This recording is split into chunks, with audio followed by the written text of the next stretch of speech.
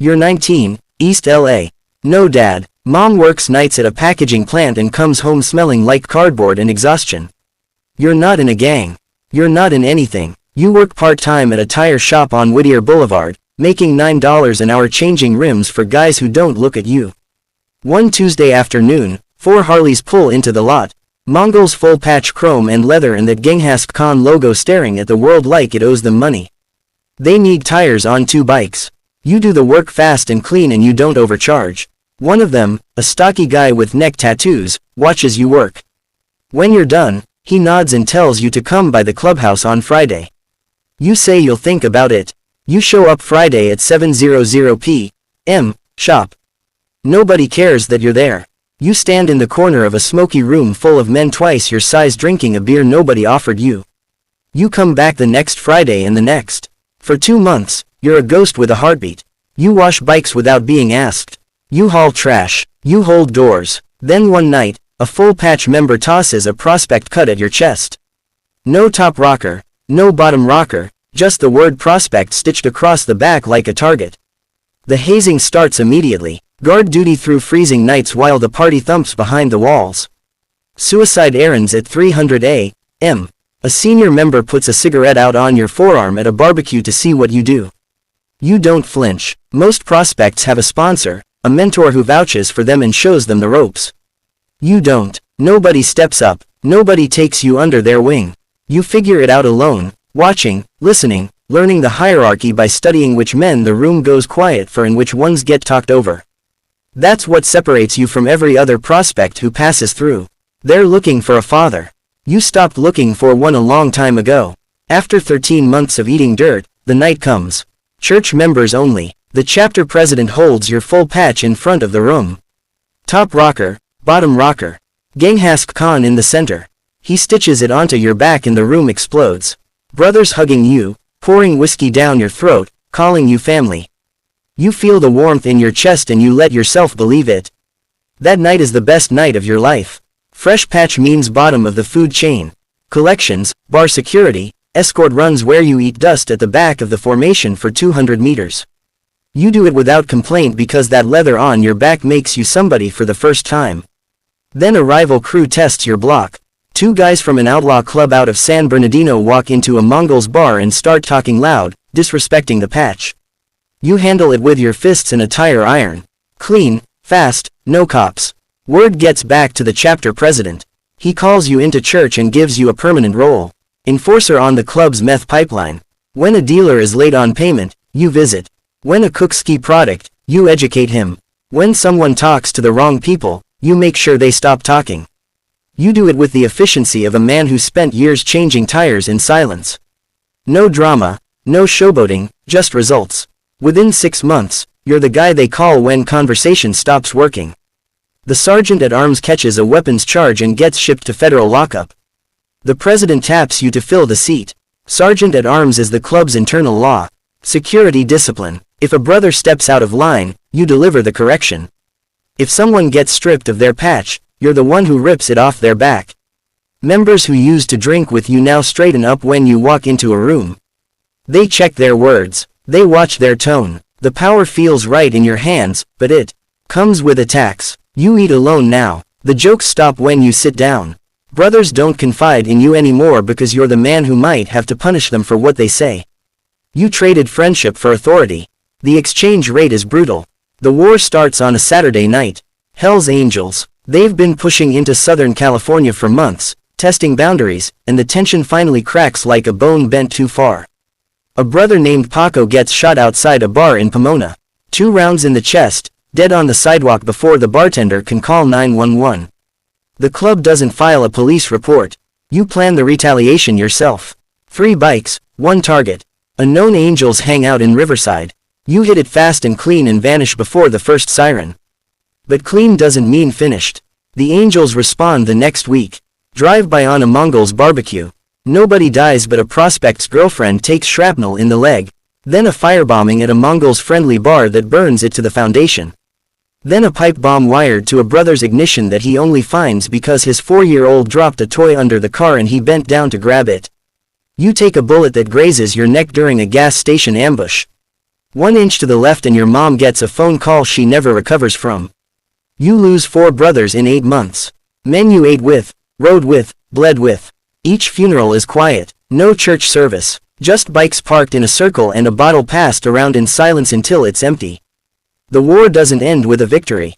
It bleeds out slow through attrition and federal heat on both sides until nobody has enough soldiers left to keep swinging. Nobody wins. The survivors just stop losing. The chapter is gutted. Half the members are dead, locked up or gone. The president promotes you to vice president. Your job shifts from muscle to money. Laundering cash through barber shops and auto detail shops. Managing the meth supply chain. Negotiating with Mexican suppliers who respect efficiency more than flags. The money flows and the chapter rebuilds. You buy your mom a house in a quiet neighborhood. You get a woman from Montebello who thinks the life is exciting until she realizes exciting means you vanish for days and come home with blood under your fingernails. The VP seat gives you a new view. You see how the president makes decisions. You watch him sacrifice soldiers to protect profit margins. You see brothers treated like inventory, deployed and discarded based on what they produce. The brotherhood is a balance sheet. And your middle management in a company that pays in cash and fires with bullets. You don't like the view, but you don't look away either because the view is the only honest thing in this building. The president gets pinched. Not RICO, not a raid, a traffic stop. Routine. Except he's riding dirty with an unregistered weapon and a bag of product in his saddlebag. Stupid. Sloppy. The kind of mistake a prospect makes. Not a president. He's held without bail because the feds smell blood and stack charges while he sits in county. The chapter needs a leader. There's no dramatic coup, no gunshot in a smoke-filled room. They hold a vote at church on a Tuesday night. Every patched member at the table. Your name is the only one that comes up. You don't campaign for it. You don't politic. They vote you in because you're the only one left who can keep the lights on. You sit in the president's chair and it doesn't feel like a throne. It feels like a desk in an office where the last manager got fired and left the books in shambles. You're the president now. You spend the first 3 months putting out fires the old boss left burning. Debts to suppliers, beefs with allied clubs he neglected. Members who went rogue while the leadership was vacant. You fix it all with the same tire shop discipline that got you here. No flash, no speeches, just showing up early and staying late. The chapter stabilizes, grows. You recruit a new generation of young guys from the same barrios you came from. Hungry kids who remind you of yourself at 19. You build the Mongols chapter into the most disciplined crew in the region. Money flows. Territory expands. Under your leadership, the club runs tighter than it ever has. But you start to notice something. The new generation doesn't ride the way you ride. They don't respect the patch the way you respect it. To them, the club isn't a brotherhood. It's a brand, a shortcut to money and clout. They wear the cut for Instagram photos and use the club's name to flex on civilians. They don't know the bylaws. They don't care about church. They skip runs and send excuses by text. You try to enforce the old code, but they look at you like you're speaking a dead language. You built the machine, and the machine is already forgetting who built it.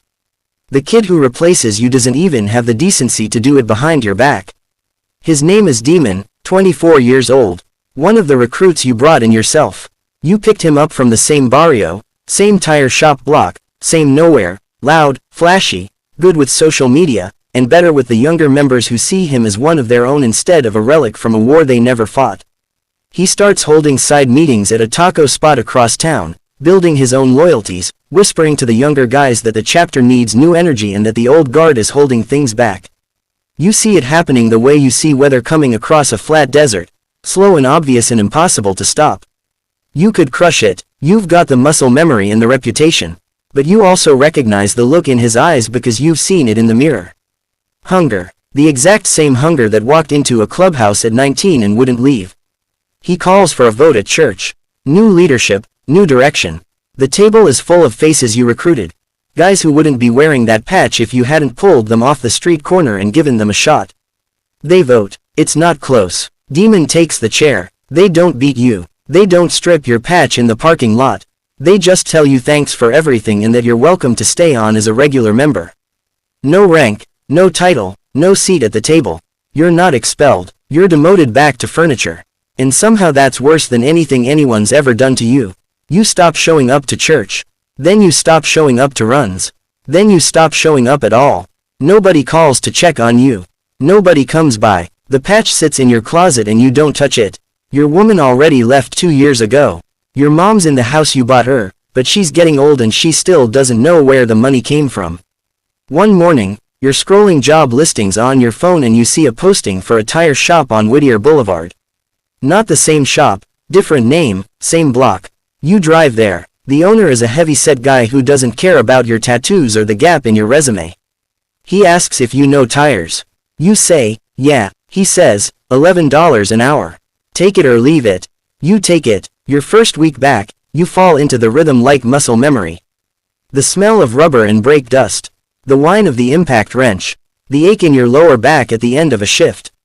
You're changing rims with your head down on a Thursday afternoon.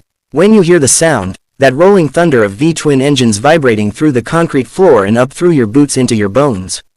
You don't look up. A crew of bikes pulls into the lot. Young guys in clean cuts with patches that look like they came out of the box yesterday. One of them walks in and drops his keys on the counter. He looks right through you the way customers have always looked through tire shop guys. He doesn't know your name. He doesn't know you built the chapter he's wearing on his back. He doesn't know you buried 4 brothers and took a bullet and sat in the chair that his president sits in now. To him, you're just the tire guy. And the thing that kills you, the thing that keeps you up at 2 a.m. staring at the ceiling is that he's right. That's all you ever were. You just forgot for a while. That's a wrap for today. This story is fiction, but the Mongols MC is real, and the cycle it runs on is real. Every throne gets taken by the next guy who's hungrier. If this one hit you, drop a comment with your biggest takeaway. More stories coming. Hit subscribe so you don't miss the next.